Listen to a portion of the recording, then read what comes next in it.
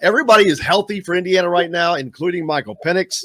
And that's a great thing. Of course, the health of a football team is the most critical aspect because every year, no matter what team, you're going to have injuries. Who that is and how they respond to that is going to be gigantic, especially for a team like Indiana who has great expectations on this season, maybe the greatest in the program history.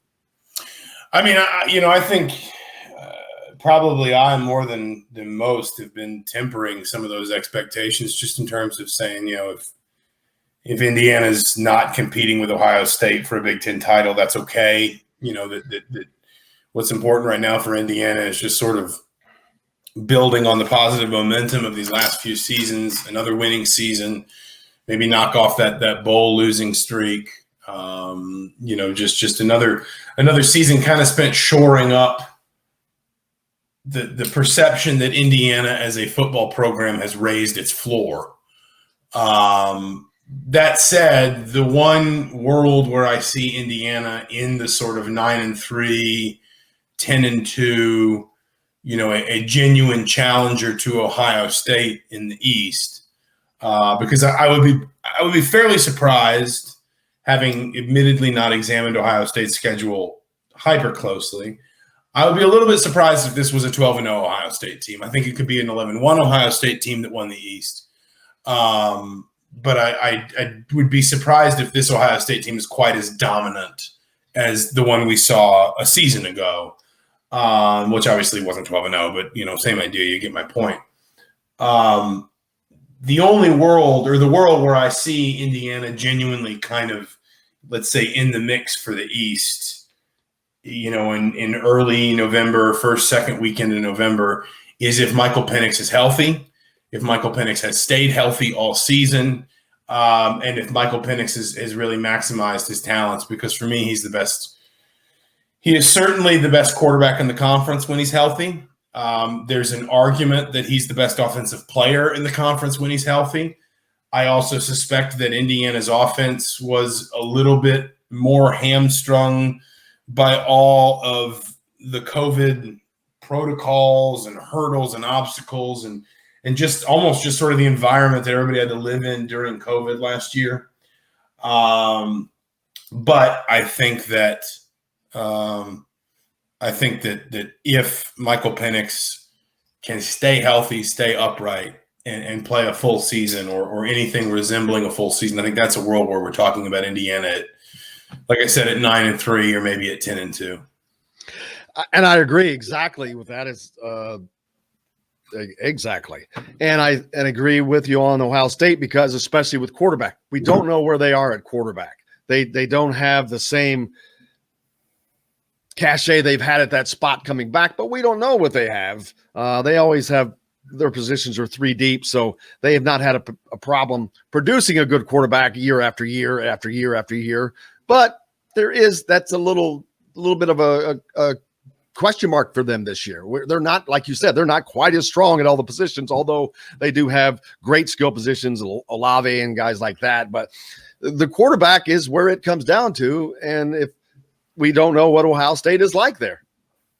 Well, yeah, I mean, I think quarterback's definitely part of it. I mean, listen, Ohio State kind of has this rhythm that Alabama has, that Clemson has, that to some extent Oklahoma has, wherein the overall level of talent is just so high that even as they cycle through, 6, 7, 8 NFL departures a year, the guys coming up behind them are just as good. And maybe it's, maybe your strength shifts from one position to another on your offense or your defense, but overall the level of talent remains so high that you're still kind of, head and shoulders above the rest of the conference. And I think Ohio State still is. I want to be clear. I don't think anybody's closed that talent gap in a tangible way, just in terms of raw ability. But, losing Justin Fields in particular, at this moment in time anyway, maybe not looking like you've got that lockdown corner that we've expected Ohio State to have. I mean, like last season, it was kind of supposed to be Shaun Wade, and quite frankly, it wasn't. And there's a reason why Shaun Wade fell in the draft from being a player that some people thought would be top 15, top 20. I don't even think he was picked in the first 2 days. I could be wrong about that. I'd have to go back and look. But I just think that there's going to be a little bit. There's the potential for a little bit more of a talent drop off. I mean, Trey Sermon. I think Master Teague is a fine running back, but I thought Ohio State had a different dimension once Trey Sermon really got comfortable and turned it on in that offense. And I think that the capacity is there for Ohio State to take more of a step back, in part because of what we're not sure they have based on what they didn't have last season. Although, again, if my counterpart covering Ohio State were sitting here, they might also be talking about the impact of COVID and things like that. But then also in part because, for example, when you lose a player like Justin Fields, you don't just automatically replace that player most of the time. You don't just sort of snap your fingers and have the next guy just waiting in your program.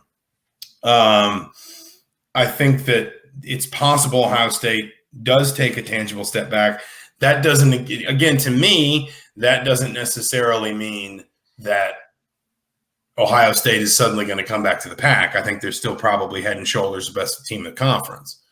But if there is a little bit more weakness there, if there's a little bit more of kind of an opening for somebody to come up and challenge, and Michael Penix stays healthy, I do believe that's the world where it could be Indiana.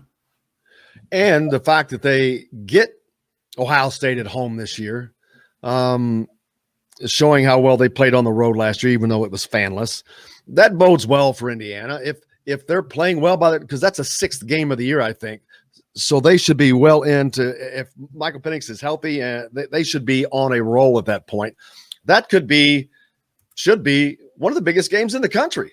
Indiana will have had a tough schedule leading up to that, going to Iowa, playing at home against Cincinnati.